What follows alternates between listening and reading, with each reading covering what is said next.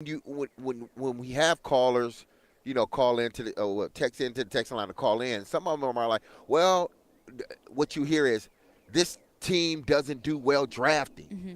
Well, that was the last regime. This is not this regime. I know there's still like this question mark over Peter Skoronski. You drafted guard or 11th overall. I understand there's still a question mark there, but give this team hadn't built up enough. This regime, not team, this regime hasn't built up enough bad picks to say you don't know how to pick. You see what I'm saying? Because every pick they had last year contributed, well, not every pick, just about contributed to the team's success, whatever success they had last year. Those guys contributed, whether it be offense, defense, or special teams. So give them an opportunity to build on what they did last year. But I think people are afraid that if you move out of 7, you're going to mess it up. And some people believe even at 7, you're going to mess it up. I think they need to build their team. And if Alt's not there, or if he is there, and you feel you can move back an extra spot, pick up some extra picks, and still get Alt, then that's what you do because you're trying to do what's best for the organization in the long run. Willie, what do you think? Yeah, well, I've made my feelings known a lot. I think this team needs more picks in general. If Alt's at 7 and they take Alt at 7, I can't really fault them for that. There's plenty of logic that goes into it. I think if there's an opportunity to trade down. Now, the hypothetical that Jared is throwing out there to Teron, the soundbite we played, is if Alt goes 5th. And I think honestly, look, I don't know. I don't pretend to know. It would surprise me from where I sit if Alt goes 5th. I don't know about you guys. I'd be really surprised if Alt isn't sitting there at 7. I think the much more probable scenario is that if they have a chance to take Alt at 7, or move down and still try to get Alt, to me, that's the tough decision. That would be the tougher decision. I've already convinced myself that the Chargers are not taking Alt at 5 because It they ain't have a left happening. tackle. I don't think it's happening. Yeah, I don't They think took a left tackle with the 13th overall pick 2 Alt's years gonna ago. be They there. I have a don't left think they're tackle. going to do it. I don't think they're taking Alt. I mean, Even if they stay there, I don't think they're taking Alt. we played the clip from the Athletic Football Show last week, and they were talking about, what the Chargers can do. Because the Chargers do feel like they're a little bit of a wild card. Do they stick at 5? If they do stick at 5, then who do they take? They have the opportunity, possibly, if quarterbacks go 1 through 4. Which, did you know that would be the first time ever in the NFL draft if quarterbacks go 1 through 4? Oh, wow. Would I it did be? not realize that. I'd learned that this weekend. Well, yeah, well, we could talk about that later. But, yeah, I never knew that. But they would have the opportunity to pick the best non-quarterback in this year's draft. Like, that's a lot of responsibility. That's a lot of power that the Chargers could be holding there. But we played that clip from the Athletic Football Show, and they said there's probably 2 positions that aren't positions of need for the Chargers, and that's quarterback and left tackle. Well, you're telling me you got needs at every single other position on your team outside of quarterback and left tackle, and you're going to take a left tackle with the 5th overall pick? No, they're not. No! There's no way. Well, people let Jim Harbaugh scare them into thinking that he's basically manipulating the whole first round. And people are allowing him to do it. The minute he opened his mouth, people just seem like, oh, my goodness. Like, without even looking at, like, okay, what is he really saying here? Yeah. What does he really mean here? Look at his team. He already has a left tackle. He has a right tackle, too. Well, he could probably, but he's not going to draft Alt to then put him on the right side. That's silly. It's silly. So stop worrying about what's happening in L.A., people. Stop it. He's not going to draft the left tackle. Jim Harbaugh will not draft the left tackle 5th overall. He's not going to do it. Are you taking that to the bank? I'm taking that to the bank. I He will is too. not drafting the left. So stop being damn scared, okay? Stop letting this man scare you. And you're in Nashville, and you letting him scare you from L.A. Come on, stop it, people. Shoot, I'm on a rant, and I even shouldn't be on a rant. I shouldn't be on one, but I am. I'm sorry, didn't Willie. plan on I'm being sorry, on a Caroline. rant. I didn't plan on being on a rant on Monday morning. Nobody planned. I'm at a golf course, relaxing. It's a beautiful day at a It's a golf course, beautiful day. and you're letting Jim Harbaugh ruin your day. Exactly. Y'all letting him ruin your day. Like, he's not going to draft a tackle, people, okay? Now, not to say that, he may not pull a fast one and get somebody that wants to get up and get out. Probably. He can probably do that. But I don't think any team is going to come up and get Joe Alt as good as he is. Now, if it's a quarterback, yes, but Joe Alt, no. I think there's too many good enough tackles, at least based off of all of the draft gurus' evaluations of some of these tackles of Alt, of Fashanu, of Latham, of Mims, even Tellez Fuaga. I think there's enough tackles in this draft that the tackle-needy teams, the Titans included, can look at it and say, we don't need to trade up for one of these guys. Like, it's not like this is a once-in-a-lifetime opportunity of a tackle. Joe Alt's good and all, but everything that I have heard from evaluators said, like, yeah, he's good, but it's not like he's like the greatest left tackle that has ever graced planet Earth. I don't feel the need to give up assets to go up and get him. But to go back to what TD said on Jared's show, he said the Titans want to trade back. And the way that TD said it, like, I don't think that's just TD's opinion. I think TD's hearing that from somewhere. So I take that seriously. I invest into that. I'm not anti-trade back in the slightest because acquiring more picks, I think, could always be a good thing. You have a lot of needs, and you would get more opportunities of finding great to elite players, of franchise-changing players, and also just to plug a hole at a lot of the holes that this team has. To me, it's not all trade backs are created equally. Are you getting fair compensation for the 7th overall pick versus where you're trading back to? Like 11 with Minnesota.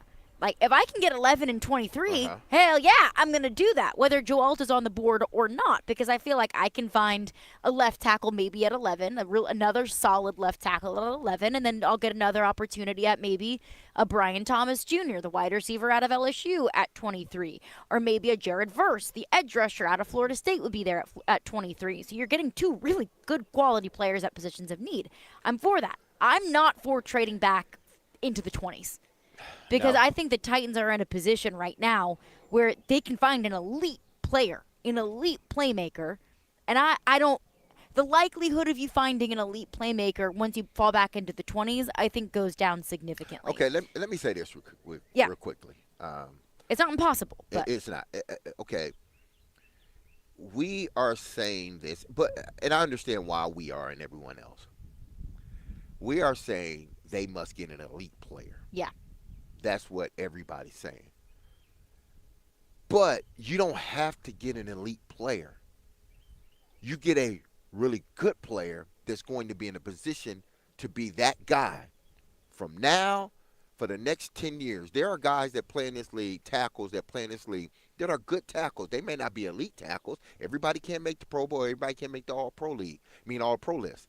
But there are good tackles, really solid good tackles that you can put over there and don't have to worry about. Are they elite tackles? Probably not, but they get the job done. There are a bunch of them. So to me, I think people are looking at it, we got to get an elite tackle. Like, we got to get him. You don't have to get an elite tackle. Do I want one? Absolutely. But I can get a good tackle and pair him with Bill Callahan, and that can elevate his game a little bit more. But that's where trading back comes into play. Exactly. Here. I have a problem with taking a not elite tackle at 7. Like, if you don't view... At 7, if you don't take that's something different. And that's where trading back comes into play. And absolutely. That's why I do think it's interesting that TD said that it sounds like it's coming from somewhere where the Titans might want to trade back. That could be the case. This could also be the Titans' way of turning on that for sale sign and saying we're open for business in case there is not a player that they view as elite at 7. Because let's say Joe Alt does go at 5. Let's say Malik Neighbors goes at 6. Let's say Marvin Harrison goes to the Cardinals at 4, and then the quarterbacks are taken 1, 2, 3. The Titans might be sitting there at 7 and saying, we don't really think Roma Dunze is the 7th best player in this draft. We don't think Ola Fashanu is the 7th best player in this draft. We don't think that Dallas Turner is the 7th best player in this draft. We feel like it's more advantageous for us to trade back. So this could be the Titans' way, Rand Carthon's way, of laying the groundwork of saying, look, we could be open for business at 7. You don't have to be. If you put that out there and say the Titans want to trade back, the 7th overall pick is for sale, you put that out there and you start to lay the groundwork, you start to have those conversations, you start to pick up the phone and see who could be potentially interested in trading for the 7th overall pick. Of course, it's not a move that you're going to make until draft day. You at least lay the groundwork. And if Joe Alt is there at 7 and you say we have to take him, then you take him at 7. You're not locked into trading that pick until you make the trade. But at least you're laying that groundwork. So the Titans might be married to trading back. They could be. I also just think this is their way of using the 7th overall pick and trading back as a tool in their toolbox if that quote unquote elite player isn't there at 7 or is not available to them at 7. Well, here's the key question in all that we will not know the answer to, and I'm not good enough of an evaluator to be able to tell you even an opinion on it. I just read what everybody else reads, that Joe Alt is the best tackle available in the draft. Yeah. Do the Titans, does specifically Bill Callahan think that Joe Alt is, as you guys say, an elite tackle? Because if he is, and you think he's super special and he is a foundational piece, then I think that definitely changes your outlook, right? If you think he's that special, then it's hard to pass him up at 7 or take the chance that you don't get him by moving down. I think that's what we're not going to know until they go up to the podium at 7. If he's sitting there. Agreed? And that would apply like to if any they think other he's player. just okay, he's a good first round pick. Uh-huh. Okay, are there other options, or is he that much separated from everybody else in their mind? Because otherwise, I'm looking for any way I can to see if I can get more picks. I want more throws at the dartboard. And I think that could also apply to any other player that could be available at 7 that we view as elite. Like if Malik Neighbors is there sitting at 7, that feels a little bit more difficult to trade back. It's not just Joe Alt. Like if there's any players available to the Titans that they're like, yep, we have to have him. That player's more valuable than picking up an extra second-round pick. Then you can take that player at 7. But yeah, like you said, Willie, we're going to find out. Like if Joe Alt is available at 7 and the Titans trade out of that pick, then that tells me, yeah, Joe Alt's good and all, but we can find another really good left tackle and also pick up more assets in the meantime. Like we'll find out on draft night. Well, it could mean that, or it could mean that, hey, listen, we have an opportunity here to move back, gain picks, and still get the guy that we want.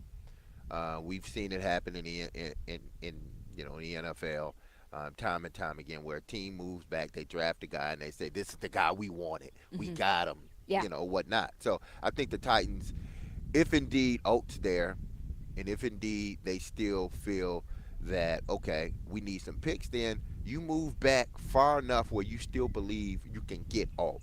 What is that? Where is that number? Where's that cutoff line? Is it 11? Is it 13?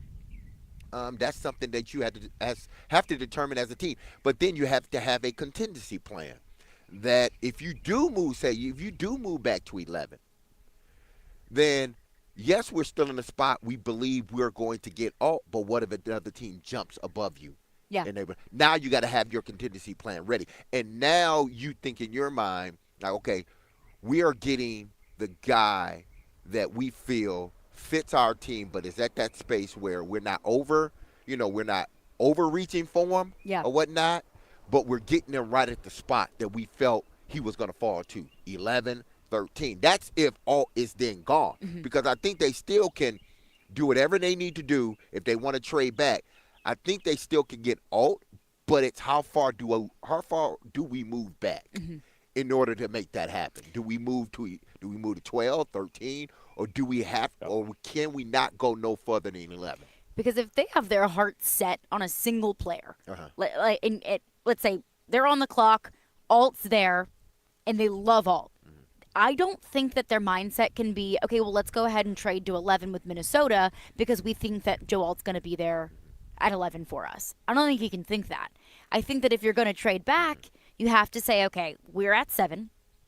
Minnesota's on the phone. They're offering us 23. There's 5 players on the board right now that we feel like are difference makers. We feel comfortable trading back to 11 because one of those 5 are going to be there available to us at 11. But if there's one guy you fall in love with and one guy you feel like you need, and that guy is there for the taking, you take him. Yeah, you can. Or are you talking about at the 11th spot or the 7th? At 7. Oh, like, okay. if they love Alt and they say Alt is our left tackle for the next 15 years, and that left side of our offensive line is solidified for the foreseeable future, then we take him at 7.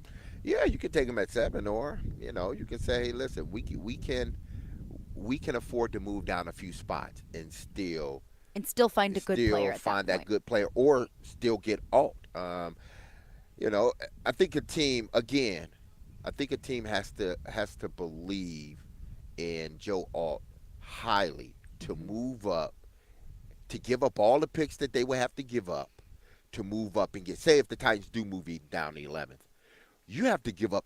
You have to give up a pretty penny to move above them to get Alt. Mm-hmm. I don't think any team. It's not a quarterback. It's not a. I love a left tackle. He is an extension of a quarterback. I get it. He in the center. And I say he's an extension because if you don't protect him, the quarterback's on his back every other time. Yeah. As we've seen the last 2 seasons. But if you can move back further enough and know that no team is going to jump over you, I think that 11th spot is the spot where no team is going to move up past that just to get because they're looking at he's not a quarterback. And he's not a receiver. Doesn't score touchdowns. He doesn't score. He may be great on the edge. I get it. He may be a great left tackle, but I'm not giving up all of that just to move ahead. Mm-hmm. So if the Titans do believe that, then they can move down to 11th and still get the guy they want and pick up more picks. But, that's in a perfect world. When it comes to sticking at 7, if you stay at 7, I think the Titans need an elite player, whether that's Joe Alt at left tackle, Malik Neighbors at wide receiver, whatever it might be. You need to step away from 7 if you stay at 7 with an elite player. What I think is a non-negotiable for me is taking a not elite player at 7. Yeah. Like if you take an Ola Fashanu at 7, my question will be, well, couldn't you have gotten an Ola Fashanu at 12? If the Broncos pick up the phone and they're interested in a potential trade, I know all of this is with a caveat of having a trade partner, but there are enough quarterback-needy teams out there that I think you're going to have a trade partner, and you can't afford to take a non-elite player at 7. But Willie, if you take him at 7, that means in your mind you think he's an elite player. Well, let's continue that conversation coming up next. Is the options available to them at 7? What would be disappointed in, or what are maybe some of our non-negotiables? We'll continue that conversation coming up next before we catch up with TD at 12:45. Caroline, Willy, DMase. We're brought to you by Zen Sports. Start earning cash rewards on your bets today. Gambling problem? Call 1-800-889-9789. Terms and conditions apply. Must be 21 or older and in Tennessee to bet.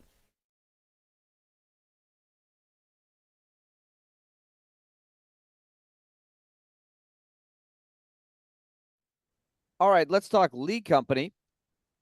They are a big sponsor of our Nashville Predators coverage. We're going to get back into our breakdown of Game 1 a little bit later in the show. Nashville falls 4-2 last night. The empty net goal made it 4-2. Nashville led 2-1 going into the third period and well into the third period. 12 seconds turned the game around. It was a tough loss, missed opportunity. They'll try to get the split in Game 2. So they did some good things. Lead Company does a lot of good things when it comes to covering your home. And it's like the shield, right? You want the shield around your home. Is your air conditioning running properly and efficiently? That's a very important question this time of the year when it's about to get really hot every day. Is your heating unit working properly when it gets cold in the winter? What about your plumbing? Is it sound? What about your electrical system? The home maintenance plan for Lead Company can be that shield for you, because you pay a very small monthly fee, which is well worth it. You get annual checkups. People will come out from Lead Company and check to make sure these things are sound. And then when repairs are needed, they'll make those recommendations for you.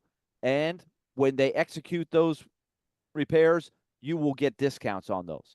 That is the maintenance plan from Lead Company. Very highly recommended from me. We use it at our home, and we have for a long time. How do you get in touch with them? Lead Company, 615-567-1000 or leadcompany.com. That's 615-567-1000 or leadcompany.com.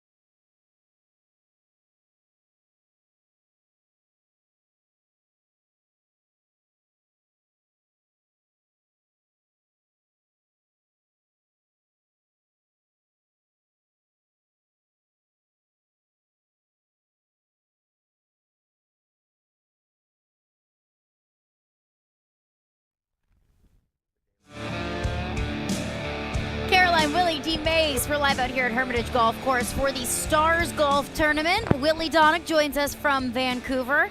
We're talking NFL draft before Teron Davenport joins us in just over 10 minutes.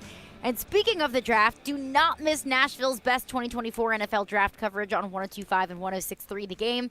This Thursday, stop by Twin Peaks in Madison at 6 p.m. for live 2024 NFL draft coverage. Get the best draft coverage as we break down each pick at the home of the 29-degree beer. Coverage presented by Parman Tractor and Equipment, ESPN Bet, and Busy Bee Plumbing, Heating, and Air Conditioning. The suit's riding by on a golf course. Exactly. He's not playing. He's just riding around in a golf cart, right? Yeah, he's just He's a riding. joyride. Yeah, he ain't exactly. playing. Exactly. All right, well, I brought up before the break, I said a couple non-negotiables for me because TD mentioned on the TD Power Hour last week, he said, I think the Titans want to trade back. And look, I'm not anti-trade back in the slightest, but if you stick at 7, you need to get an elite player at 7. The one thing that's a non-negotiable for me is that you stick at 7, you don't trade back, you don't pick up more draft capital, and you end up with a player that's not viewed in the pre-draft process as elite. But DMase, you had a point to that point. Yeah, because what if if the Titans remain at 7, and we believe there are at least 5, let's say at least 5 or 6 elite players in this draft. We do. I think we all believe that. Maybe there's an 8th or a 9th. Let's break it down. Which players do we think are elite in this draft? Obviously, the 3 quarterbacks. The 3 quarterbacks. The 3 receivers. Yes. The tackle. Alt. Yeah. Do we want to call Bowers elite? I would. Yeah, but I'm not sure. I'm really, and it's not saying that I don't think Bowers is a good player, really good player. But do they consider him an elite player or just a top, a 10 through 15 player or 11 through 15, let's say that. If he didn't play tight end, I don't think we would view him as an 11 to 15 player. And that's what I'm saying. It's like because he's like the best tight end and there's a gap between them. Suppose there's a gap between he and the next guy. Is he elite or just because of the circumstance, it gives an illusion that he's an elite player? When in actuality, he's a really good player, but is he when we talk about elite players, we're talking about, Travis Kelce. We're talking But Travis George Kelce Kittles. wasn't viewed this way in the draft process, exactly. but like now. Exactly, now. Yeah. Or But Travis Kelce and George Kittle, I would say, are the 2 elite tight ends in the NFL. Or let's say, years ago, whether it's Shockey or what other tight end came out that we considered elite. But you look at Bowers and you wonder, is he an elite player or he's just a good player that has been elevated to elite because of the position isn't that good? Or the top end talent in this year's draft isn't as good? I would say, and Willie, I want to get your thoughts on this. I think he is viewed that way because he is that way. Okay. Because he can do so many different things that he can play like a receiver, but he's also got the big body to be able to block. And I know he's not an elite blocker, but he still has that capability. And the reason why I feel confident in saying that is because there's no running back in this year's draft that we view that way as an elite player just because he's the best player at that position. I don't think that there's going to be a running back taken until maybe the midway point through the second round. Yeah, you could be right on that one. Again, I'm looking at it from the standpoint, I like Bowers a lot. And I've been on his radio wave saying, hey, listen, he's probably the best tight end prospect we've seen in, say, other than Pitts, in, say, the last 10 years. So I like him, but does that make him elite? If he was in another draft, will he still be considered an elite player? Or just because listen. I think that if he didn't have drafts, the T and the E next to his name, he would be viewed hands down as an elite player. But I think that there is hesitation for so many people because he is a tight end. And he doesn't have when you look at elite tight ends, I thought he was bigger. He's big, but I thought he was bigger. He's not like Gronk size. Yeah, he's not a Gronk. Is he a because elite means you are a really damn good inline blocker. You have to be that. You can block because they don't take you off the field. elite players, they don't take off the field for no reason. Now, they didn't take them off the field in college because you can be that in college. But does that translate in the NFL? Like, can you be an inline blocker 90% of the time? Do we have to take you out on certain plays because you just can't get the job done? To me, an elite player gets the job done. He's not coming off. Travis Kelce don't come off the field. Kittles don't come off the field. Gronk definitely didn't come off the field because he was essentially a tackle, you know? So is he that elite player? I think he's a damn good player. I'm just giving you the other side. I say Bowers is elite just Okay. because there's so many different things that he can do, and he can do it so well. Willie, what do you say? I think Derek is asking an important question on Bowers in particular. I see a lot of mock drafts where the Jets seem to hone in on Bowers, and that they're at 10. Is that correct? So Jets if you're are at 10. thinking about trading down and saying to yourself, okay, if my goal is to get, let's say I think 3 or 4 guys are elite, Bowers is on that list, maybe Alt's on that list. Maybe Alt is the perfect guy. But I'm saying, well, if Alt's not there, I could still go with Bowers. Is Bowers going to get past 10? That's a question I would have. But Derek asked a good question. Is Bowers a big-time player because he can block and create matchup problems? To me, that's the ideal tight end, right? A guy that's worth taking high in the first round is if he can block and be like a George Kittle, right? Or he's just sensational at creating matchup problems. Maybe it's more the latter, but I got to think about, if I'm Brian Callahan, how am I going to use my tight ends in this offense? How does he fit with what I want to run and what I'm visioning? You got a brand new offense, brand new coordinator. There's a lot to think about there. But I do think Bowers is a very unique talent, and I think he potentially could be a game changer. But I would have thought that Pitts would have done better by now. Right, and there's reasons why he hasn't, but I thought I would see more from him. I'm with you, and I have to question, is that because of him or is that because he hasn't had a quarterback? Of course, of course. I think a lot of it is because I look at Pitts' first year, and it was outstanding. But then subsequently every year after that, it hasn't been well. But it coincides with Atlanta doing this quarterback carousel that they've been on for the last couple of years. So that could – I am just throwing the alternative because we look at it as there's 8 or 9, elite players. But the NFL may be looking at it, no, there's really only like 6 elite players. The 3 quarterbacks and the 3 receivers, well, 7. 3 quarterbacks, receivers, and a tackle. In all. We see everybody else as good right now, as good players, really good players that can excel potentially and be elite players in the NFL. I'm just giving that other side. I also wonder, is Dallas Turner elite? Because I've heard a lot of conversation about Jared Verse being the better edge rusher in this year's draft. And that doesn't mean that you can't have 2 elite players at the same position. But I'm not convinced on Dallas Turner. I think he's good. Yeah. But I don't think he's Will Anderson. Yeah, but And if you take him at 7, I think he needs to be Will Anderson.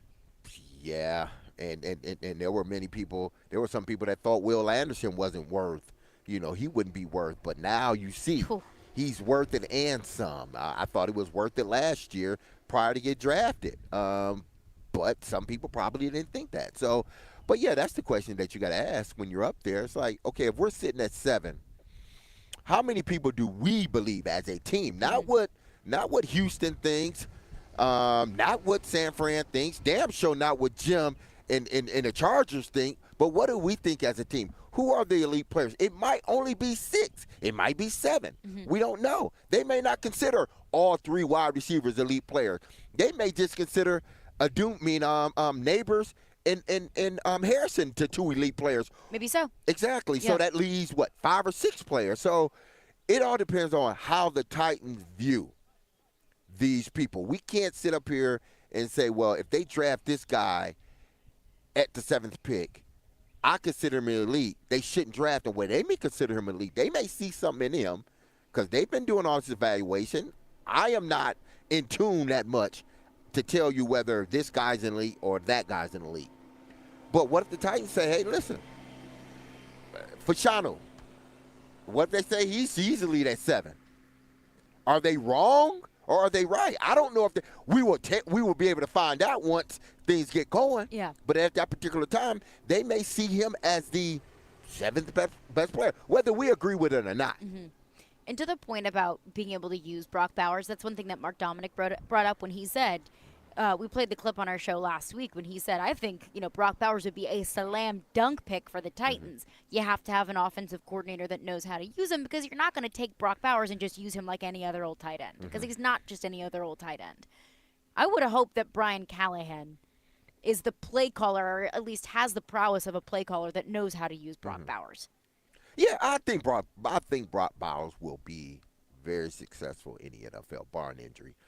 But just because I believe that doesn't mean the Titans believe that, So if he's there at 7, or not if he's there at 7, because I believe he will be there at 7. I agree, yeah. But is he a part of that group of elite players? And if you're sitting at 7 and say Alt is gone, or say Alt is there, do you take the tight end because you feel he's a touchdown scorer? Let's get TD's thoughts on that. He will join us coming up next. Caroline, Willy, DMase, 102.5, 106.3 The Game. Sorry to cut you off.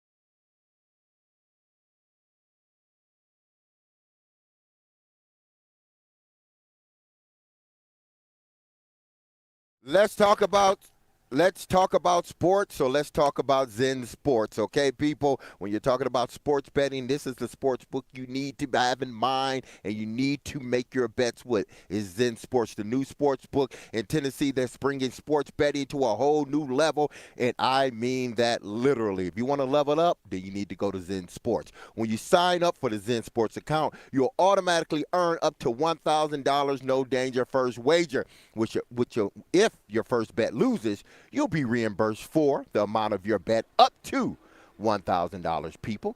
Zen Sports also offers true odds on all parlays and boosted same-game parlays for all Tennessee sports team, and I mean all. That means boosted up to 20% over the books in Tennessee.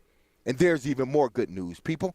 Zen Sports offer a one-of-a-kind VIP reward program, and who doesn't want to be considered VIP? If you qualify, you'll earn monthly comps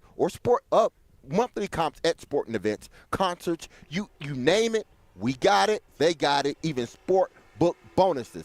The VIP program is by invite only, so if you feel that your Zen Sports play qualifies for the VIP consideration, check out the program details and apply at zensports.com/VIP. So what are you waiting for, bettors? The daily game or same game parlay boost go quick. So get going and download their app at zensports.com today. That's Zen Sports, where betting just got better. And also remember, gambling problems, call 1-800-889-9789. Terms and conditions apply. Must be 21 years or older to bet here in Tennessee.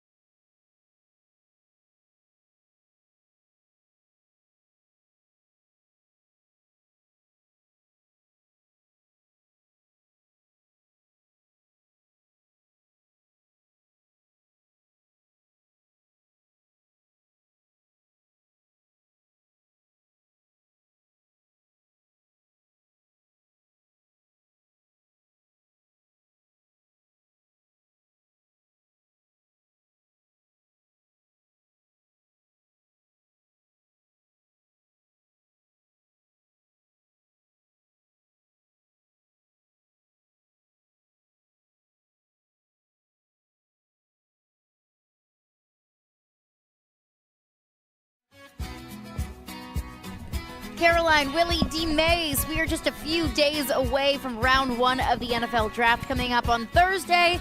And joining us now to break it all down is TD. Teron Davenport is brought to you by ESPN Bet Sportsbook. TD, appreciate you for stopping by. We were just breaking down what you mentioned on the TD Power Hour last week, that you said the Titans want to trade back. And if there's a Joe Alt or, another elite player, at least a player that we view as elite, in the pre-draft process, if they're there when the Titans trade back, then great. But first and foremost, they want to trade back. Any word on if there is a line of demarcation of where the Titans have said, okay, we're not going past 13 or we're not going past 15, or is it just, hey, if you've got an offer, put it on the table and we'll evaluate it? Yeah, I haven't gotten any word in regards to that. That's something that we'll definitely try to unearth tomorrow at the press conference. But, yeah, I mean, if given all opportunities, they would like to trade back to acquire another top 100 pick. All right, Teron Davenport is with us. We were just breaking down because I said if the Titans stick at 7, you need to find an elite player at 7.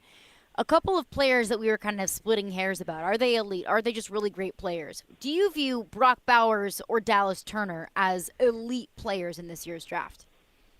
Yeah, I don't necessarily view Dallas Turner as an elite player. I think he's one of the better defenders. I think there's other pass rushers that are better. Latu. You look at Jared Verse, I think is just as good. So you have that. But Brock Bowers, I think you have to change the way that you look at him. You can't look at him solely as a tight end. You got to look at him as a playmaker. And I think he's someone that will give you those free yards. He gets you the yards at the catch. He's a matchup problem. So I definitely feel he's an elite player. We'll talk with Teron Davenport discussing the NFL draft, which is, 3-4 days away now, and I am so glad it is. Looking at where the Titans are at, TD, would it be, let's not even talk about the first round here because we understand that this team needs a tackle, and whether they move out of that 7th spot or not, they're still going to need a tackle. How do you think they address round 2? And if they do move out of that spot, do you think they acquire a third or another second and a first? Yeah, I think if they move out of that spot, it all depends. Like if Buffalo wants to come up, then they're going to, require another first in addition to swapping first-round picks and probably more. So it just depends on where they move, who comes up to number 7. So I think, like I said, that's something that they want to do. But you look at some of the prospects and the options, ideally you look at the Broncos, you look at the Raiders, you look at the Vikings. Those would be the ideal trade partners. Now, from your knowledge, TD, is there anyone moving up the board? Because it happens every year where one individual, and I'm not talking about J.J. McCarthy because it seems like he's been moving up the board the minute Jim Harbaugh said he was taking the job. With the Chargers, it seemed like he started moving up the board. But let's just put that to the side. Besides the J.J. McCarthy, and we understand why, but besides the J.J. McCarthy, is there one player or two players that are moving up the board that you see? I think Johnny Newton, is a guy that you're starting to see get some momentum after he worked out at his pro day, and he's someone that teams are looking at as first round pick. He's one of those top 50, like those 50 top first round draft picks. There's only 32, but every year there's 50 guys. So he would be one. Not really seeing too much movement on many others. I mean, you're starting to see guys become unearthed. Like you look at Edgerrin Cooper, who's acquiring some momentum as people get more familiar with him, the inside linebacker out of A&M, but. For the most part, it's been steady now quarterback-wise. Teron, there's been so much focused on what happens at pick 7 and do they trade down. What is your sense of the second-round pick, of what might be there, how you see it materializing, and what the Titans might be looking for? Yeah, I mean, that's at 38, they still have a chance to get one of those guys that you look up on Friday morning, you're like, wow, I didn't think that we would have a chance to get this guy. That's how the Titans are going to be. And I mean, look, last year it was Will Levis. This year we'll see who it is. I mean, you had teams looking to move up, right, to get guys. So I think you look at that 38 pick. If they go offensive line, there's going to be a receiver there that no one really expected to be there, whether it's Xavier Legette or Keon Coleman, whoever. I doubt Keon Coleman makes it past a few teams, Buffalo and Baltimore specifically, but, there's options there where you have guys that, are still first-round talent, but you're picking early so you have a chance to get them. In your mind, because they recaptured those picks for Byard, for example, how strong is the back end of the draft in general? Not specific positions or anything, but do you feel like this is a fairly deep draft based on other ones that you've evaluated over the years? It's not super deep. It really depends on what you want. Every year, you have opportunities to get guys, that are going to come in and help you out late in the draft. So I just think with NIL, you have a lot of the juniors who would have came out, they didn't, and that kind of take away from the depth of the draft. Last couple for you, TD, before we get you out of here. I've seen a lot of recent mock drafts, which I know, take them with a grain of salt. They're, not real life. But I've seen a lot of recent mock drafts that have the Titans taking Roma Dunze at 7. How do you view the gaps between who we view as the top 3 receivers in Harrison, Neighbors, and Dunze? Yeah, I think it really comes down to what you want in the receiver. One thing that you will see is, Dunze is probably the best contested catcher. He's one of the best boundary-type receivers. He's a guy that will go up and make that catch, and especially in clutch times. He did it time after time with Washington. Now, if you like yards after catch and just, guys that, impact the game that way, I think you get more in Malik Neighbors and Marvin Harrison Jr., but it also comes down to something I like about all 3 of them is that you can move them around, right? You look at both of the Oregon games. I mean, Roma Dunze even lined up in the backfield in addition to slot and left and right side. So you like that about all of them. And I just think that, it depends on what you want, what you're looking for. I personally have it Harrison Jr., Neighbors, and then a Dunze. But, I mean, that's not to say that I would be upset if any of those 3 were on my team. Yeah. Last one for you, TD. Next time we talk next Monday, the draft will be behind us. We will know who the Titans' first, second, fourth, fifth round picks will be, so on and so forth. By the time that we talk next Monday, what do you want the Titans to have accomplished in the NFL draft? Yeah, I want them to have really addressed the trenches and added a playmaker. That's the main thing, right? Both sides of the trenches they have to make sure that they look at. And you look at 38, a guy like T'Vondre Sweat could be there, and who knows, he could be the pick. So, yeah, I'm thinking the best thing for them, what they need to do is get that trench fortified. I like T'Vondre Sweat. I would not be mad at that in the slightest. TD, appreciate you for stopping by. I know it's a crazy busy week for you, so we really appreciate your time. Before you run, tell us about ESPN Bet. Yeah, for sure. ESPN Bet is ready to take you through all the huge sports moments this spring. It's the exclusive sportsbook at ESPN, and it has it all, including offers and promotions from Scott Van Pelt and Stephen A. Smith.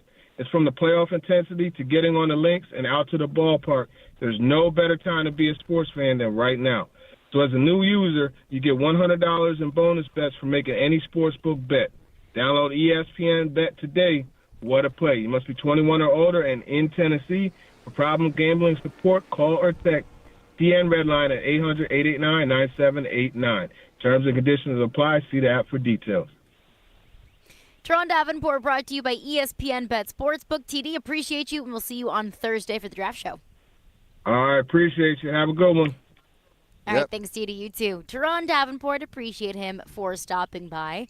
I'm with him. The Titans need to address the trenches. Offensively, defensively, you need some beef in the trenches stepping away from the draft coming up here on Thursday. We'll react to what TD had to say, but coming up next, let's get back into the Predators. The Predators falls 4-2 to the Vancouver Canucks in Game 1 on Round 1 of the Stanley Cup playoffs. Coming up next, what did we like from the Predators yesterday? What gave us encouragement throughout the rest of the series? And what needs to be fixed and what needs to be fixed fast before the Predators take on the Canucks in Game 2 tomorrow? We'll get into that coming up next. We'll get into your thoughts. 615-737-1025 is our phone number. Caroline, Willy, DMase, 1025-1063 The Game.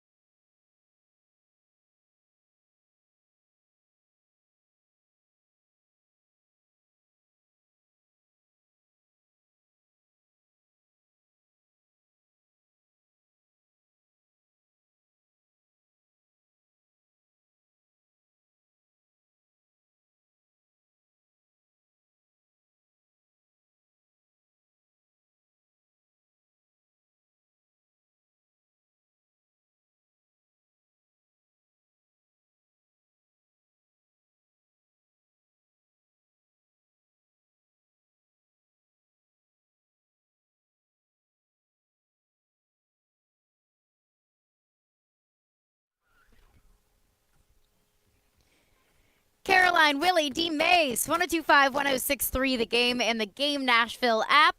We are streaming live on Twitch, Twitter, YouTube, and Facebook Live every single day. And we're broadcasting from the Busy Bee Plumbing, Heating, and Air Conditioning Game Nashville studios, home of the $99 yearly Beehive membership, where the buzz is always about great service. We're live out here at Hermitage Golf Course for the Stars Nashville Golf Tournament. Willy Donick joins us from Vancouver. We are breaking down the Predators' 4-2 loss to the Vancouver Canucks in Game 1 of the Stanley Cup playoffs. And I want to get into what we liked, what we didn't like from the Predators yesterday. But first, Willy, I have heard so much, whether it was, in the text line on the morning show, the text line today, the text line on Chase and Big Joe, on Twitter last night and this morning from Predators fans. It is like the sky is falling. Christmas is canceled, the season is over, and there is absolutely, positively zero chance that the Predators can come back in this and potentially win this series, which I don't think is fair, and I think that is so dramatic, but that's just kind of how the playoffs go. You're in Vancouver. Is it the opposite feeling in Vancouver? Like, are they planning the Stanley Cup parade? I think cautiously they're very excited here. They haven't had a playoff series going on in this town for a long time, so it's a unique thing, right? This would be different, I think, if it was Dallas or Colorado or Edmonton, where they've been knocking on the door the last few years in the Western Conference, right? Obviously, Colorado has already won one. They're trying to get back there. Like they wouldn't be overly excited about a first game home win where you're just basically holding serve. But I think here in Vancouver, it's a little different because they got off to a great start. Vancouver started the year 12-3-1, and they beat the Oilers 3 times. Like they were 37-12-6 on February 15th. So the perspective here is, oh my gosh, look how good these guys are. We weren't supposed to be this good. When they're going to screw it up, right? That's been sort of Vancouver's story the last few years. They've screwed up a lot of things, but Rick Tocchet has fixed them. Rick Tocchet has, internally strengthened the backbone of the franchise. I think this is a really tight-knit team. So the fans are kind of like, is this for real? Are we really this good? So I do think they're a little more excited here and riding the high after having a playoff game at home. That was a special experience last night for all those fans. I think that's the overwhelming vibe.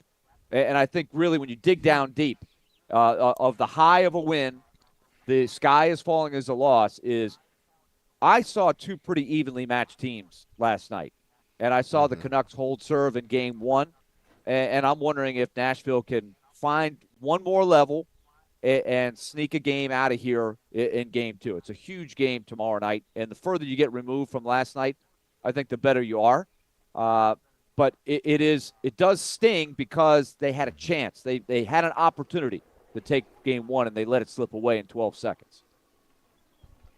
Well, I mean, if you look at it from that standpoint, obviously Vancouver fans are optimistic because you won the first game. And I'm sure if the Predators won, we would be thinking, majority of the fans, if not all the fans, would be thinking, we're headed in the right direction. But because they didn't win, there's this, sort of uneasiness about the series, which, I don't see. I haven't picked up for myself. I'm just saying for myself. I don't think this series is over. I don't think you can honestly look at the series and say it is over. It's tightly contested. It's 2 good teams. Obviously, one had a better record than the other, but it just seems like these 2 teams are closely contested. And I think every game, at least I believe every game is going to be a tight game. But after yesterday, it doesn't tell me, oh my goodness, this series over. Vancouver is winning. No, it's not. You got to remember, the Preds were up. And I get it. It happens. I can't take that 12 seconds away. I wish I couldn't. I wish I could, but I can't. It happened, and they were able to go up. But it doesn't mean that the Preds still don't have an opportunity to come back and win this series because they were more than holding their own for most part of that game. Other than the first 5 minutes of the game where Vancouver just came out like a bolt of lightning. After that, it seemed like everybody started to settle down, and you saw how closely contested these two teams truly are. Somebody had to win. But the other fan base or the other team doesn't think, oh, since we lost that game, it's over with. Like, we can't come back and win. It's a 7-game series, people. The Predators played. Ideally. Yeah, ideally. The Predators Well, maybe played not ideally. well, but they also did some things that lost them the game, too. And if you believe in what Trotzy has put together, you believe in what Coach Bruno is putting together with his team, then you believe that they can come back and win, at least take one in Vancouver. And if you take one in Vancouver, now the even though you don't believe in people don't believe in momentum, I do. Now the momentum sort of shifts because now you go home feeling a lot better, and Vancouver heads to Nashville feeling a little bit uneasy about this series now. This series isn't over. And just to peek into what's about to come, I think you might be hearing a different tune at 2 o'clock, so gird your loins on that one. Prepare yourself for that. This series isn't over for the reason that you just mentioned, DMase. If the Predators find a way to win tomorrow, now the series is tied 1-1, and you come back to Bridgestone Arena. You take those 2 games, you go back to Vancouver, and you're up 3-1. And then you're feeling yourself, and you're feeling pretty good. So are you discouraged by some of the things that you saw yesterday? Absolutely. I thought at times Vancouver just looked faster and more physical than the Predators. That I don't think that you're going to win any games in the playoffs if you have consistent games like you had from Philip Forsberg and Tommy Novak last night. But I don't expect to have every single game look like we saw from Philip Forsberg last night. So this series is not over. And I understand the sky is falling mentality. But the reason why I feel confident in saying that is because, like Willy brought up, it was very tightly contested. That you could say, well, these are fairly evenly matched teams. You got a Norris Trophy finalist, they got a Norris Trophy finalist. You got a Vezina caliber goaltender, they've got a Vezina caliber goaltender. You've got a Jack Adams candidate, they've got a Jack Adams candidate. Vancouver does have more depth. And I think that will probably serve them very well in the playoffs, whether it's in one round or in several different rounds. But I don't know how you could step away from that game last night and how close it was and how many mistakes the Predators did make but still found themselves in the game and say that the series is over.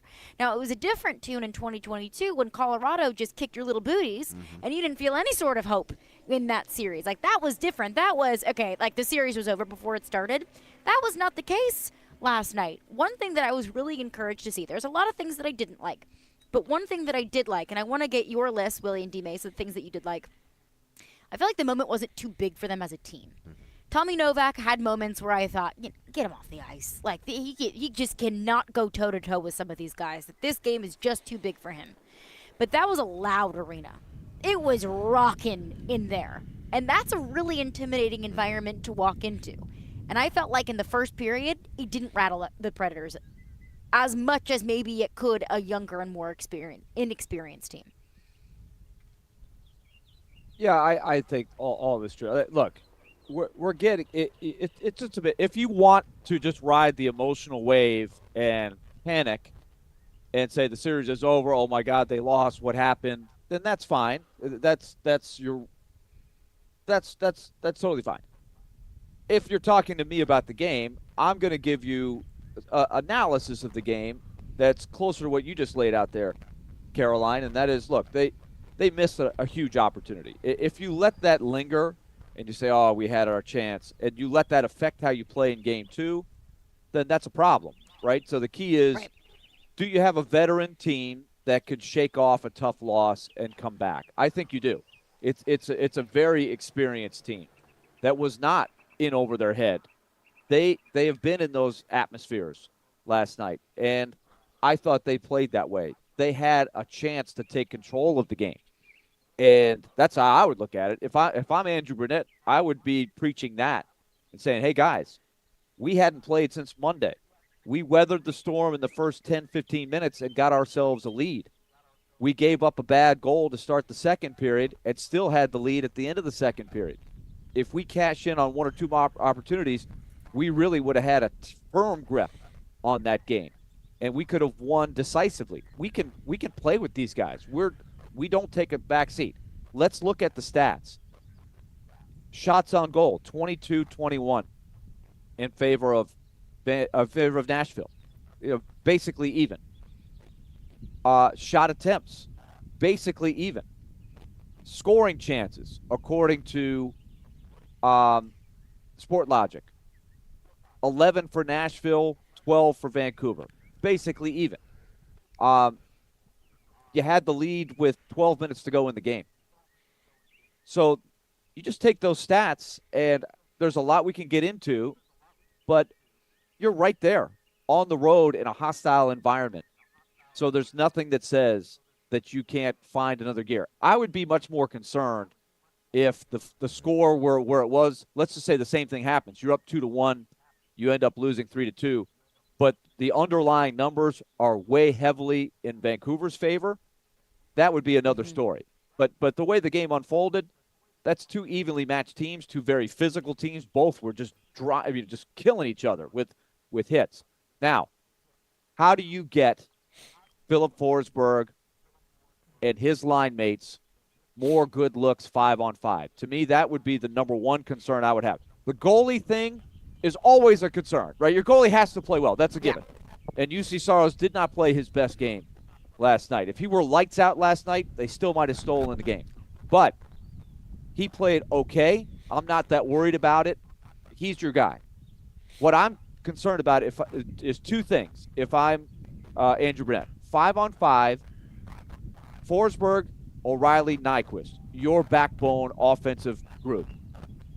5-on-5, they were held to one shot on goal. That's not enough. Vancouver neutralized them at even strength. Power play, they did fine. I'm not worried about that.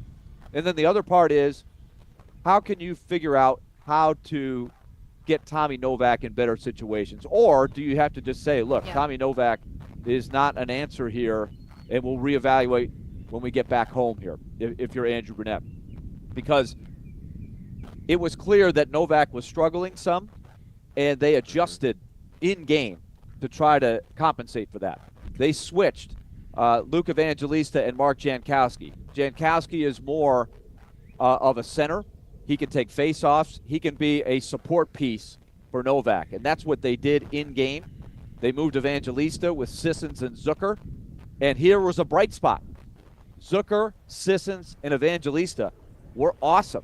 They played really, really well at 5-on-5. I think that's a bright spot going into the next game, and I would look for, can you get another goal or two there? Zucker scored one, and Sissons, I thought, played as well as he had offensively in a while. He ended the year in a bit of an offensive funk, but he's a guy who's played in a lot of playoff games, and he could get you a goal here and there. I thought Evangelista was fabulous last night.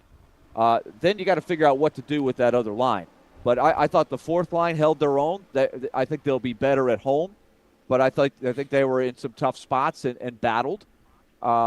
They didn't generate a lot of offense, but I didn't think they were in over their head either. So there's a lot of things I take out of the game as positives, and it's a razor's edge type of game. I think they've got a great chance to win game 2 if they can just play a little bit better.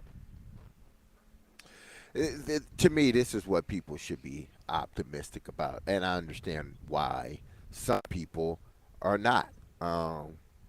If you're not optimistic, that means you believe that Philip Forsberg would play no better than what he played yesterday, and UC Saros will play no better than what he played yesterday. Mm-hmm. To me, those two things, those two players are critical in how you perceive this series to go. If you think it's over, then you don't think Philip Forsberg and UC Saros is going to play any better. Mm-hmm. If you don't think that, you hadn't been watching them all season.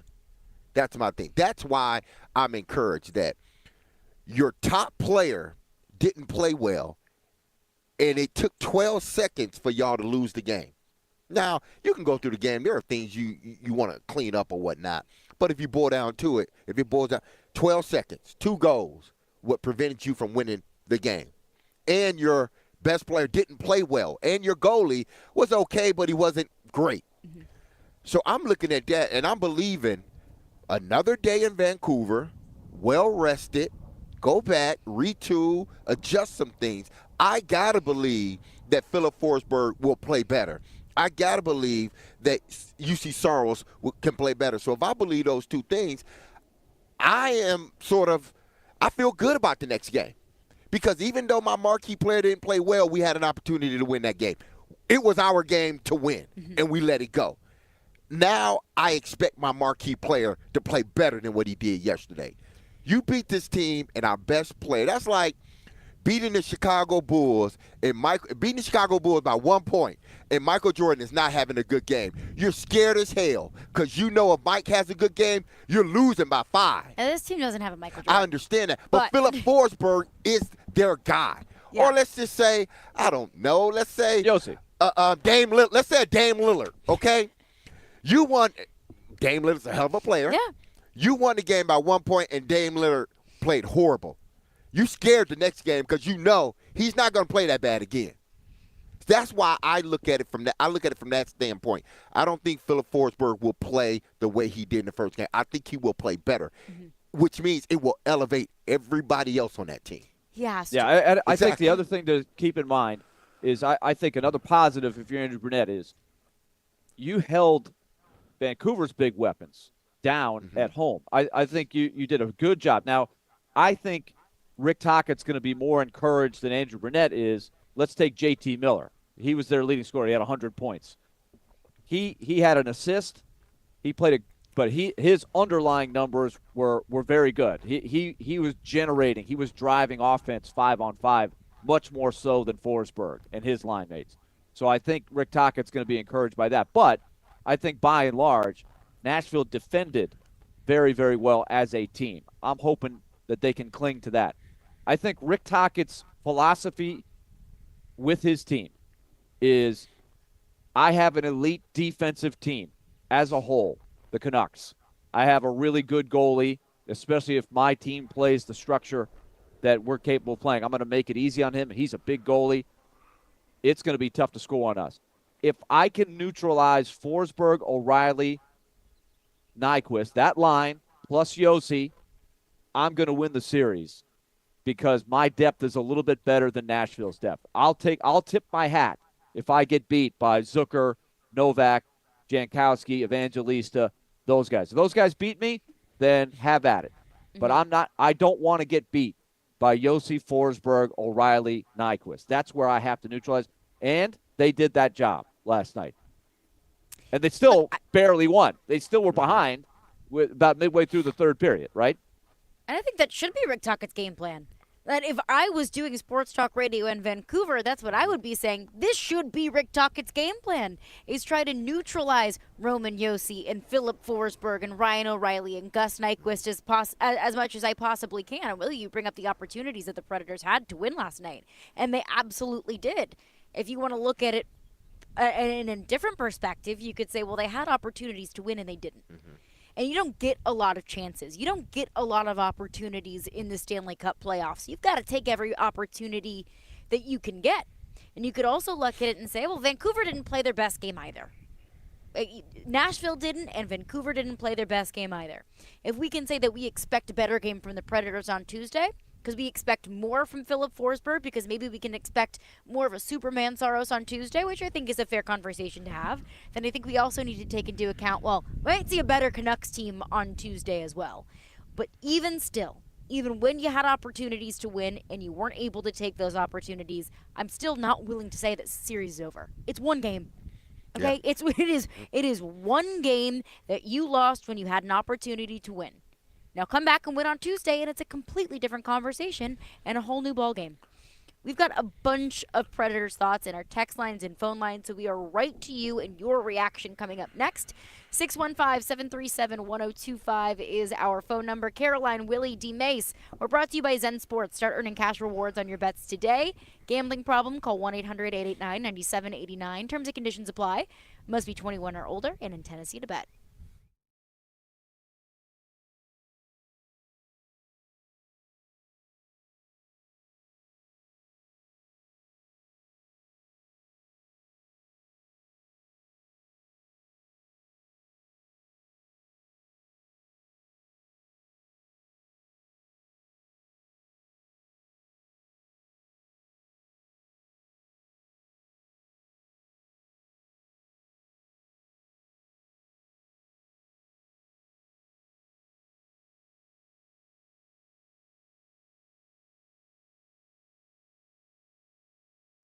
Hey, this is Derek Mason. Happy Monday to everyone out there. I know you've heard of me tell you about Dr. Lodge and his staff at Cool Springs MD for some time now. I've shared how they help with imbalanced hormones and how they offer a comprehensive weight loss program that addresses the root cause of weight gain, people. But now I want to tell you about a new laser they offer called Empowered Laser. With this laser, and I'm telling you because I've used it and I'm going to continue to use it, Dr. Lodge and Cool Springs MD can help you turn back the clock and take control of your body. Learn about the amazing new laser and how it stimulates, because it has a bunch of use, people. It's not just for one area. It's for a bunch of areas. So it helps stimulate Kegels in 20 minutes. The only laser indicated for mixed urinary stress incontinence, and hear about the tone feature, which I use it for. The muscle stimulator that increases muscle production and toning in your stomach. Got 2 abs, trying to get 4 more, which makes 6. Love handles, arms, and more. Let's get ready for the summer, people. Matter of fact, let's just get ready for life, all right? So, you want to improve your life, you want to improve your body, then you could do it at Cool Springs MD. And Dr. Lodge and his team are ready to help you turn back the clock and take control of your body with the new Empowered Laser at Cool Springs MD. So, make an appointment. And how do you do that? You need to go to their website, which is coolspringsmd.com today.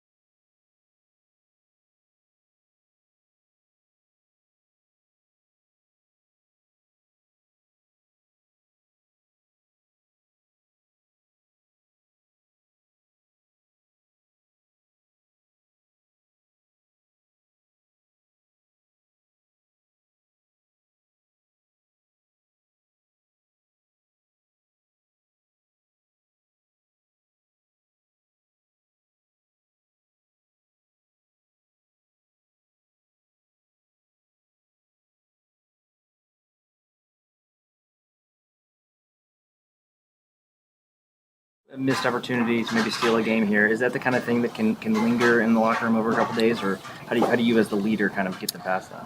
No, I mean we're gonna look at it and correct some things, and but it's one game. In playoffs, things happen really quick.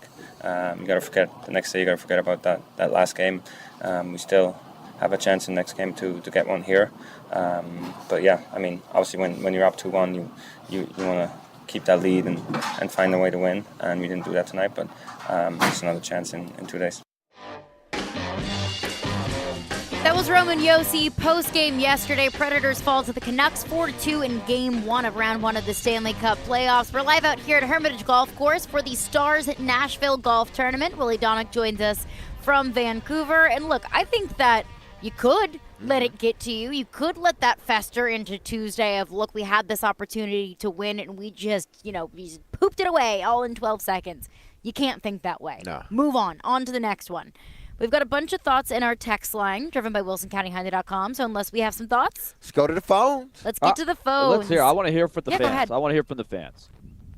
The fans, Let's hear it. they've got stuff to say. 615-737-1025 is the phone number if you want to get in on the conversation, taking your calls and your texts.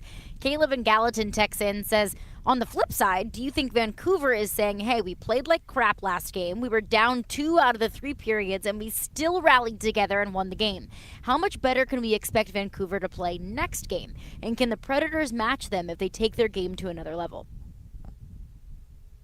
I think it's a really good question. I'm sure Rick Tocchet is saying that we can play better. We didn't play our best game. And I think in general, all coaches would tell you you have to keep playing better as the series goes along. Each game is tougher to get, and because if you don't improve, you're going to get beat. Like Colorado got beat 7-6 yesterday, right? And so Winnipeg is sitting there going, whew. 7, like they were crushing Colorado for a while. But Colorado didn't go away. Both teams know they're going to have to be better in game 2. That's I think the essence. That's what is great about the Stanley Cup playoffs is you cannot rest on your last game. Yeah. And look, if I was doing sports talk in Vancouver, that is exactly what my message would be. Like, look, you didn't play your best game, but you found a way to win, and now you're up 1-0, and you avoided the Predators stealing a game at home when things could have gotten really interesting. But the good thing is, you got another game tomorrow, and you have another opportunity to change the momentum, quote unquote, in the direction of how this series is going. Dustin in Hopkinsville says, I will say I'm not a fan of Carrier. I like Tyson Barrie. He doesn't do dumb stuff. A bit offensive, too. Willie, do you expect any defensive changes tomorrow?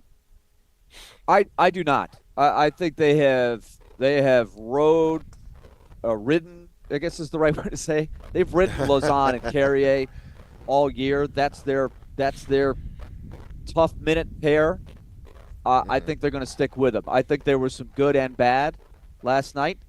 They get the tough minutes. There are going to be times where Carrier and Lausanne get exploited because they're not likely to score spectacular goals on the other end, right? It looked like the way they deployed them last night, Carrier and Lausanne get tough defensive matchups in the defensive zone, and they're going to try to put Roman Josi and Ryan McDonagh in better offensive situations. So I think you're going to see them stay together.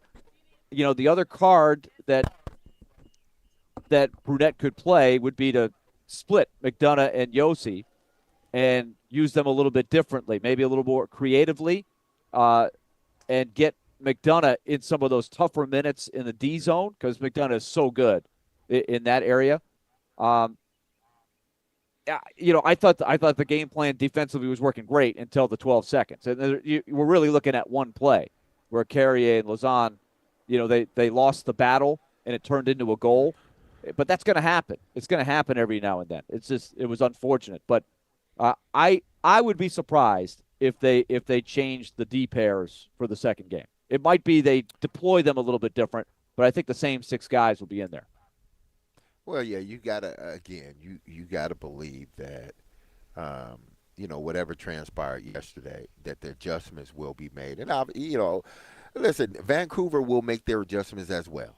But I believe that Coach Bruno, his staff will make the proper adjustments to protect players, at least for the next upcoming game. Now, Willie, if it continues to happen, I think that's when Coach Bruno has to make a determination on whether, because if you're going to do it, you need to do it when you're at home to make some line changes or not. Because if you feel that these guys are just outmanned, these few guys that are outmanned, then you have to do what's best for your team moving forward. I don't think he will make that change this upcoming game, but if you get the same play, then you have to do something heading into the third game. I'm saying that if the Predators, you know, look the same way they did, or if they lose, even if they win and it looks the same way sort of with those guys, I think you have to sort of talk with your other coaches and decide whether you're going to continue to go with these lineups or not.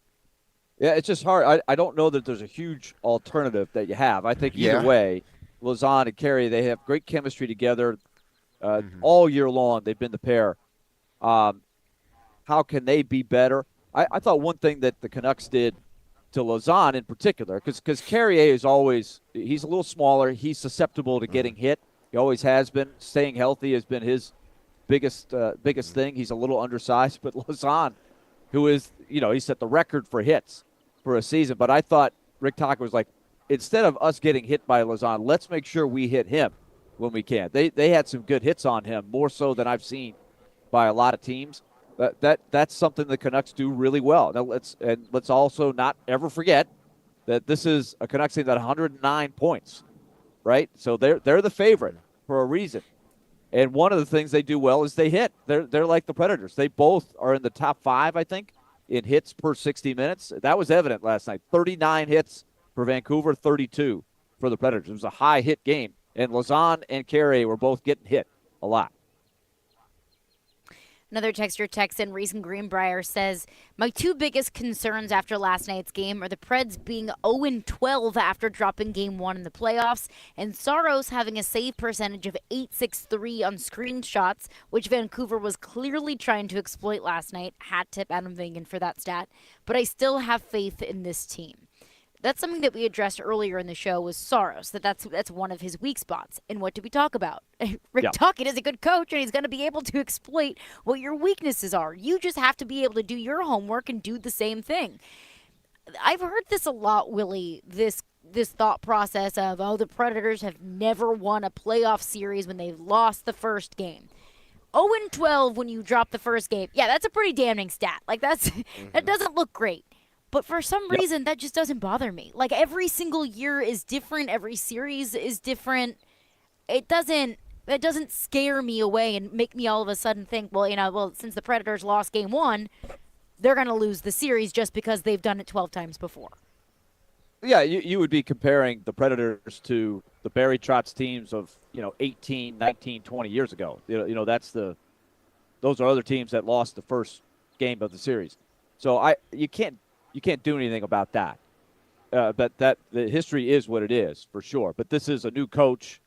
This is his first team. Ryan O'Reilly wasn't on any of those teams. Ryan McDonough wasn't on any of those teams, etc. So I am not as worried about that stat. The other stat that you threw out there that Adam and some other analytic people have pointed out before the series started is, yes, that was an issue for Saros this year. I don't know if it's been an issue for him his whole career. Remember early in the season how many goals were going in off of Predator players? I think that is part of the reason that stat is why it is. I think for a while in the new system, I think they were getting used to how to play defense in front of Saros while playing the Brunette system, which is really forward-based, right? Get the puck and go, all of that. I think they had to get it together with their coverages. I can think of double-digit goals that went off of Predators and in last night. And that's what I initially thought with the game-tying goal last night. I thought it went off of a Predator. But it's always a good tactic to shoot from where Quinn Hughes shot it straight away into layered traffic, and it goes in. The Predators scored their first goal on a very similar shot. Layered screens. It was a great shot from Zucker. Zucker shot it. Jankowski had a screen, and I forget who the other guy was. I think Sissons had the screen, and that's how you score. You get in the goalie's vision. So I think that goal could have gone in against any goalie, but it's just, it's a fact of physics. UC Saros doesn't take up as much space as Thatcher Demko, and so that's always going to be something I think people test, is to try to get screen shots. But that's also how goals are scored in general in hockey. But it is a stat to keep your eye on, for sure. That one Demko save, was that an Evangelista shot? Where Demko just Evangelista made the pass. He made a great pass. It was Beauvillier, and boy, what a huge moment that could have been for Beauvillier, who has had a great playoff history. He's had great playoff runs. He's got 15 playoff goals. That's a ton. And he has a chance early in the game to bury that thing. And I think that's the kind of confidence surge that he needs. He hasn't had a ton of impact, not as much as Zucker since the trade deadline. That would have been huge for Beauvillier, and it would have set the tone for the game. And those are opportunities that you hope, over the course of the series, you're the team that buries those. And last night, Dakota Joshua was that guy. Dakota Joshua was that guy last night, where he played a really good game. It was his second ever playoff game, and he rose to the occasion. And that might have been the difference in the game. And that's what happens when you run into great to elite goaltending. And look, the Predators have been on the good side of that for a very long time. How many times have we talked about, man, the Preds had no business winning that game, but Anthony Beauvillier, UC Soros just stood on his head and stole that game. Like, that's going to happen when you go up against elite goaltending. That's what Elliott said last week when he was with us. He was like, look, I think that Demko will probably steal a game, and I think Soros will steal a game. I can't go as far as to say that Demko stole the game yesterday, but he made big plays that UC Soros just didn't. And that also could be the difference. But speaking of some of those secondary scoring, another texter texts in says, it's the playoffs. The Preds stopped their big guns, Miller, Pettersson, Besser. They stopped the Preds' big guns. It comes down to secondary scoring. Novak and Evangelista need to break through. I thought Evangelista played a really good game. I'm encouraged by how he played. And then you should be. Once they – and he was good on both lines, but when he went with Sissons and Zucker, I like the chemistry. I would look for that trio to stay together. Novak is the key to me. I think this game too. I don't think they're going to bench him. I think they're going to give him another shot. I think if you noticed, they didn't play him that much as the game wore on, 5-on-5. I just think they were like, okay, this isn't his night. This isn't working. We have to adjust. I'm curious to see what their plans for him are in game 2. I think in game 3 and 4 at home, he'll be in a better position to get good matchups. But when you have the last change and you're the Canucks, you can try to exploit Novak's line. He's not a great defensive player. We've all known that, right? We talked about this a lot when they were negotiating the contract with Novak. The good and the bad, right? He's a very gifted offensive player, but he's not big. And he's not a great defensive player. He went 0-5 in the faceoff circle last night. So it just wasn't a good game for him. They need him to be better, and so he's a key guy to circle. How long is his leash, along with some of these other young guys who are getting their first playoff experience? There's only a few guys. I thought Stastny was good. I thought Cole Smith played a regular Cole Smith game. I thought Evangelista was excellent for his first playoff game. Novak was the one guy that I thought was that did not look comfortable at any point last night. But it's one game. What alternatives do you have? I guess you have Cody Glass sitting there. That's a card you could play. Glass is a little bigger, a little more two-way, reliable, possibly. But I again, how did you get here? You got here with the guys you have and the guys that are in. So I just don't think you can pitch the whole thing after one game. It's fair to say, right? Like we talked about Carey and Luzon. These are you got to dance with who brung you. Yeah, you got to dance with who you went to the dance with. That's why I said after this game, if it doesn't seem to be working, win or lose, if it doesn't seem to be working with say Novak. Because of his inability to play on the defensive side, do they then go away from him? I mean, you have to do what's best for your team. I'm not saying it's just a foregone conclusion that they're going to go away from him. But if indeed you get the same play, win or lose, you get the same play from that particular player or players, do you then look as a head coach like, okay, let's try this guy for this game and sort of see how things go, because you can't be too stubborn. I understand what you're saying, and I'm agreeing with you, Willie, in regards to you dance with who you came to the dance with, But man, if that dancer got 2 left feet right about now, man, you can't be trying to force it. You know? Yeah, it's a dilemma. It's a dilemma, no Exactly. question. That's what keeps Andrew Burnett up at night for sure. I'm sure he spent a lot of time last night and this morning going, okay, how do I get more out of Tommy Novak? He's a good player. We know what he does well. He's one of the reasons why we had 99 points. We wouldn't have done it if Novak didn't provide that offensive touch, that creativity that he's got. We know he's got weaknesses as a player, and we knew that they were going to try to exploit those weaknesses, and they got the best of him last night. How do I get more out of him in game 2? And then how many times have we talked about it with guys like Traylon Burks? It's got to be up to Tommy Novak to wake up this morning and say, okay, I'm a competitor. Yeah. I got beat last night. I'm going to be better in game 2. I just look at it like, Willie, from a basketball standpoint. I know we got to get out really quick. I look at it from a basketball standpoint. Like, if you're playing a 7-game series, maybe, just maybe, this isn't the series that we're going to get the maximum play out of you, the play that we need to win. Maybe we have to go with a different player. Not to say that we will not come back to you in the next round, but this matchup is not advantageous for you at this time. Yeah, and look, it's all connected, right? This is where Philip Forsberg's saying, I'm the man. I scored 48 goals. I didn't get it done last night. I'm coming back with a vengeance in game 2. I will not be neutralized. My line is going to step up as a trio and say, you know what, we're better than that. They got us in game 1. We're going to adjust and be better in game 2. All of that's going to be going on. Like, one texter texts in and says it's scary to try something new in the playoffs. Like, you're not going to put Luke Evangelista in net in the playoffs. Exactly. Like, you're not going to do something that you've never done before, but at some point you do need to make adjustments. You cannot just continue to beat a dead horse if it's not working. We always talk about the regular season is different from the playoffs. Yes, you want to rock with what's working, but sometimes what's working just stops working, and you need to make adjustments. A little bit of breaking news on the NFL side of things.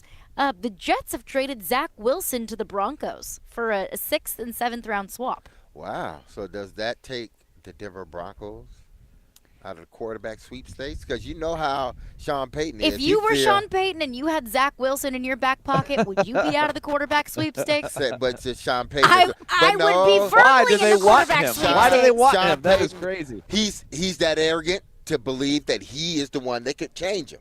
Then That's his arrogance will get him fired.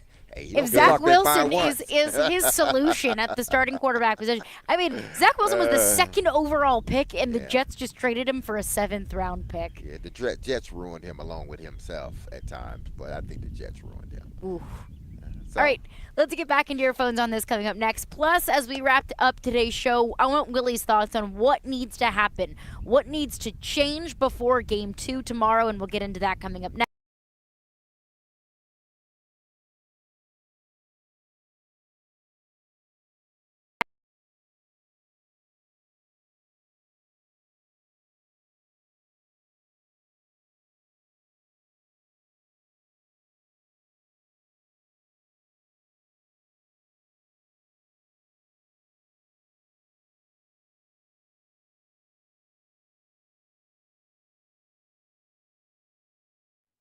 Okay, homeowners out there, I want to talk to you about Loan Pronto. Your home's value is up. So if you're out there and you're saying, I've got a project that requires some cash. I want to start a home improvement project this spring. I want to build out that new bedroom or that patio, whatever it might be. The man cave, if you will. Guys, you know what I'm talking about. You want to create that great environment to watch your favorite teams. Well, if you need some cash, you can use your home's equity, turn it into cash, and make your home even more valuable. Reinvest in it. Loan Pronto's Equity Express line of credit can make that happen, and they can make it happen quick. You turn that home equity into cash almost instantly. With Loan Pronto's AI-based system, you can get approval in about 10 minutes, and you can have the cash to all of a sudden make your home more valuable. It's a great way to go. People have done it over and over and over, and you're going to enjoy the process. There's a lot less headache than there used to be with this because Loan Pronto makes it free and easy. You can get approved in about 10 minutes in some cases. And there's not a lot of paperwork and things like that. No appraisal, no hassle. Call Loan Pronto now, 615-499-5780, or go to loanpronto.com. That's 615-499-5780 or loanpronto.com. NMLS 166-1781, subject to lender approval, equal housing lender.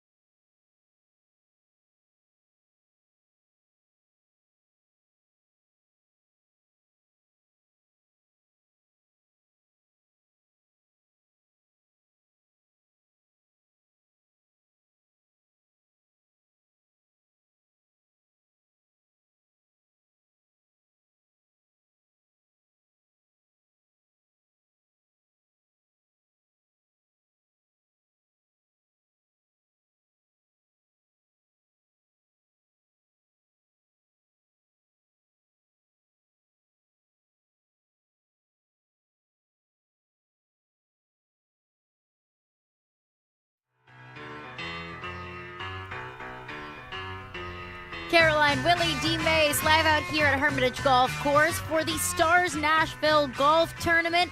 Predators fall 4-2 in Game 1, but, 4-2 in Game 1. Got all my numbers mixed up. Game 2 tomorrow night, another 9 p.m. puck drop, so get your coffee ready for Wednesday morning. Willy, what needs to happen for the Predators to come back and tie the series at 1-1, get a win tomorrow night before heading back to Nashville on Friday? I think the mentality that with everything that went well and not so well, you were in position to win Game 1 as it got to crunch time. Well into the third period, you're still, I don't want to say in full control of the game, but you're right there. You're inflicting some doubt in the Canucks. Let's not lose sight of that. I think that's the key, and you rely on your veteran team, the team that has more playoff experience, that's been through these situations, to be able to handle all of that. And then number 2, find a way to get more from Forsberg, O'Reilly, and Nyquist at 5-on-5. How do you do that? I think that's some of the stuff that you've got to consider. And then take all the other positives out there. You defended well. You put yourself in a good position. I like the special teams. There's a lot to like about Game 1. I think that's the attitude you got to take. Philip Forsberg, Tommy Novak, UC Soros, be on your game next game. That's all I ask. You're on notice now. Absolutely. Jared Stillman thinks the series is over. Stillman and Company is up next. Well, We'll be back if that tomorrow makes at you 11 feel a.m. better, if that makes Jared feel better, then that's totally fine. That is his right. But if I hope he This is actually therapy. tries to analyze. Is he going to Exactly. analyze, or is he just going to just cry and woe is me the whole A little time? bit of both. He probably do Stay more tuned. crying. I hope there's some. I hope there's some analysis in there. I challenge Jared Stay to analyze. tuned. Be love and love on your people. Have a wonderful Monday. Peace.